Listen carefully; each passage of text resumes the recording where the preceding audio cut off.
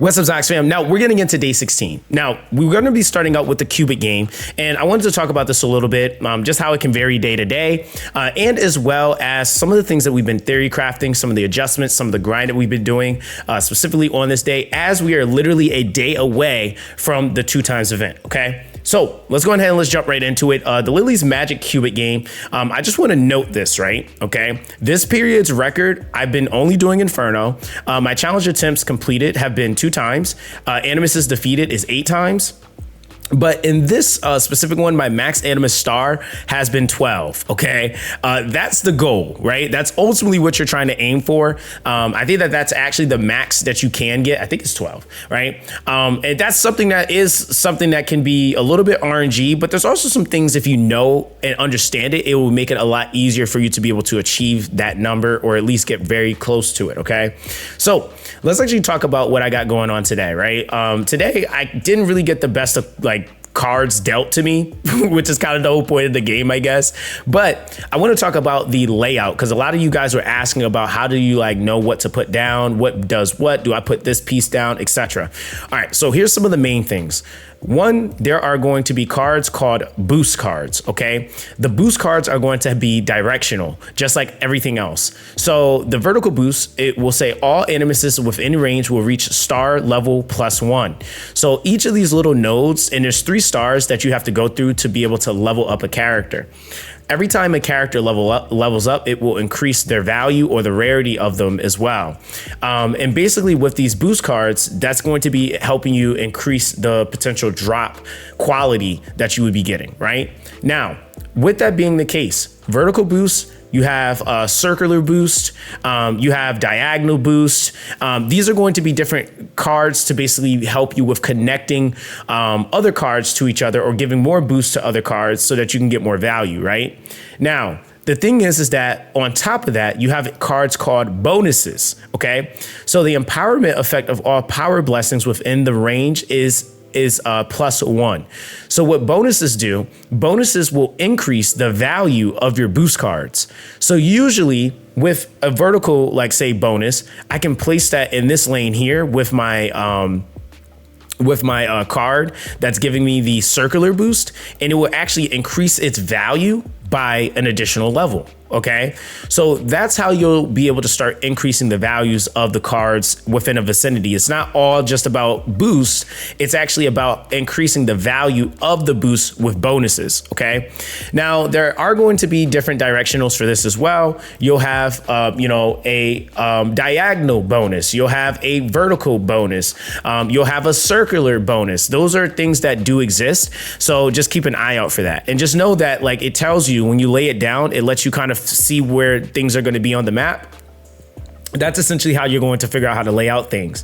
Now, there's also going to be a couple of other cards, which I could show them to you because they are a little random. But when you do see them, there will be cards like, for example, that will allow you to do things like swap an Animus out for another one. So it will allow you to pick an Animus card like this, and then you select from 3 other ones which one you want to actually replace it with, right? So that's one.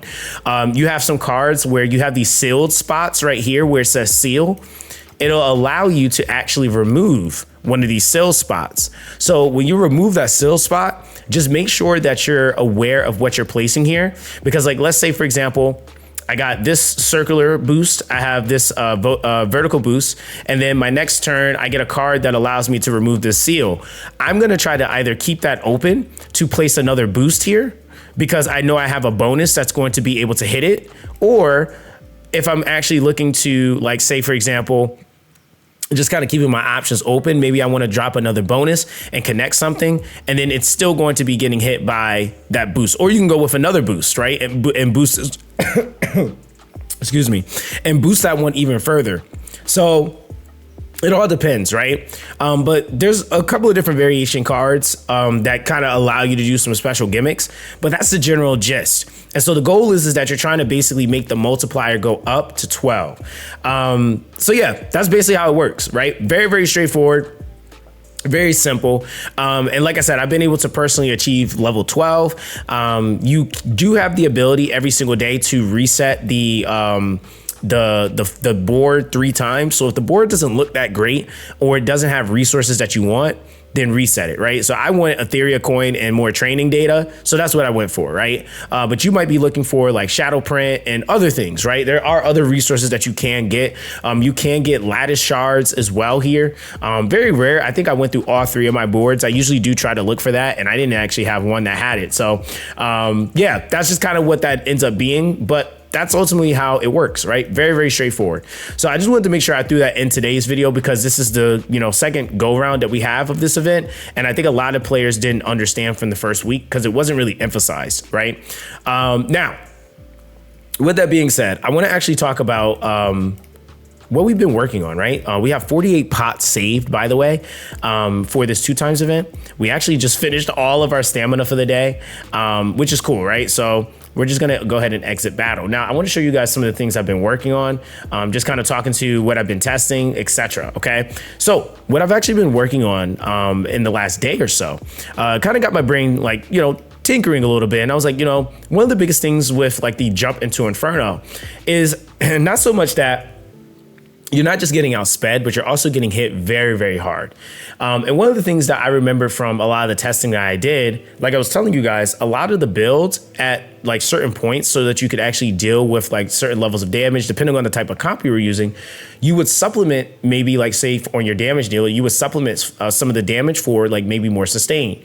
Or you would, you know, try to use things like for your supports that would allow them to be able to damage cut, would allow them to not take as much of the damage that they're intaking. So I decided to actually test this out from this part of the process from the bottom up with my Valerian, right? So we got Valerian on Lighthouse. Now, there's 2 things I want to actually say before somebody says it. No, Lighthouse itself does not proc on her, but I'm not using Lighthouse for that. I actually was trying out my Bloodbath. So with that being the case, okay, now this is something that I did test on other characters like my Ling Lao, for example. And so that's what I was like kind of messing around with was how much does this affect how much damage my unit is taking. Now, one thing that will still take effect on a character like Valerian is the Bloodbath set. So when the total damage taken in a turn exceeds 20% of max HP, the excess damage is additionally reduced by 55%. Now, I actually brought this into my Terra Matan team, and it cut down the damage on her significantly, like a lot. I mean, like quite a bit. And it actually made my run even faster, which I was kind of surprised, which was really nice. Now, I also started testing this in my, like, for example, I'll take you guys into one of the challenges so you can see it. So this is on. So before we actually go over there, I actually want to do something so you guys can see.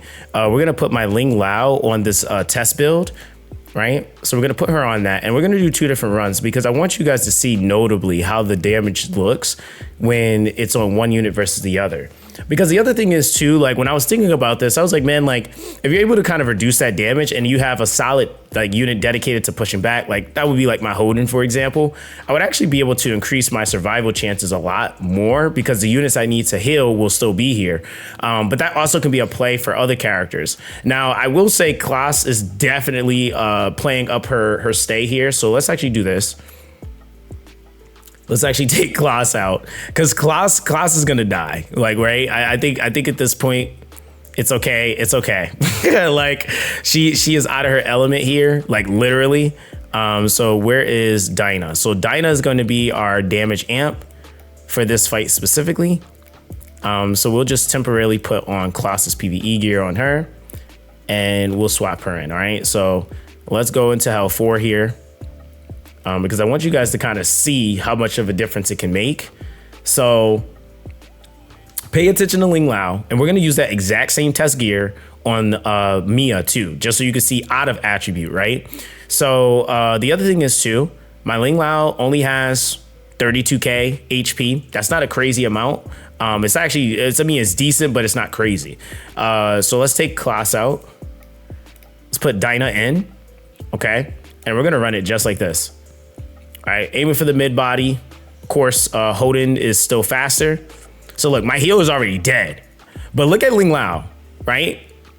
She's still here. Like, she's gonna allow us to be able to get a turn here. Boom, boom. So we start DPSing here. Ling Lao comes through. Now, if we would have had our Mia up, we've been chilling and we wouldn't have died there, right?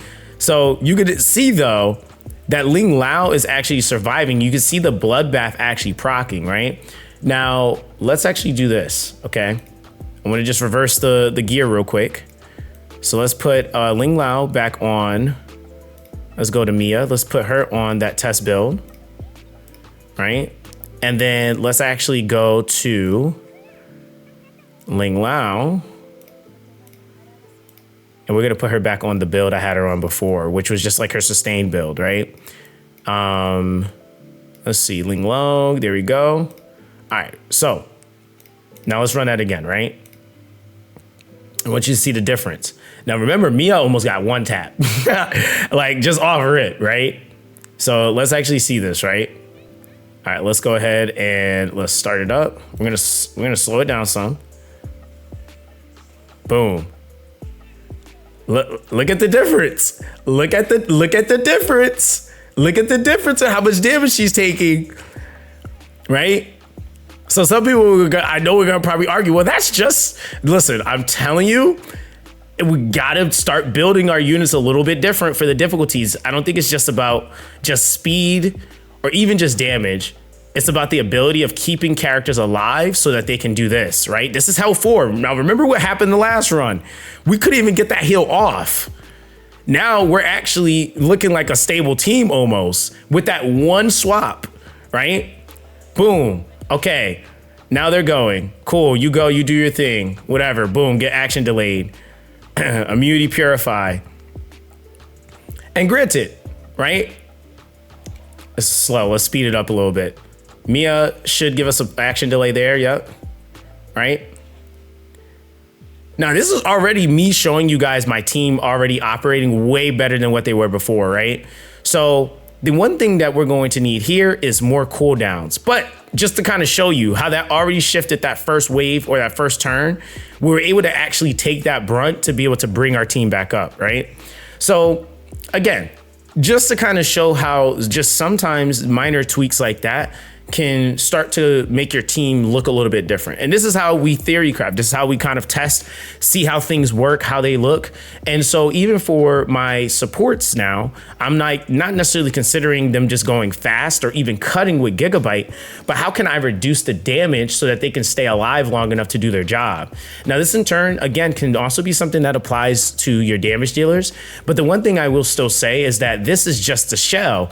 So we can still speed tune and still get good speeds on Bloodbath, right? So that's something that like we're currently working towards. So I'm gonna go ahead and swap this gear back, which is a Valerian test, give everybody back their gear. But yeah, that's what I was looking at. So you got seen that first turn, she wasn't reducing anything, but that second turn where you did it, it actually allowed her to be able to tank some of that damage. And actually not even just tank, she actually just completely ate it, right? So I think that that's what I'm actually looking at. And this is why, like, even before I graduate into the next thing, I'm testing things out first that I think I might want to do. And then I shift into it, right? So I think we got one more we got to shift here, which is Ling Lao. I think Ling Lao is good. Okay, cool. So I have them both on the Electro Squid. I was considering, initially going with Supernova or even doing Fortissimo.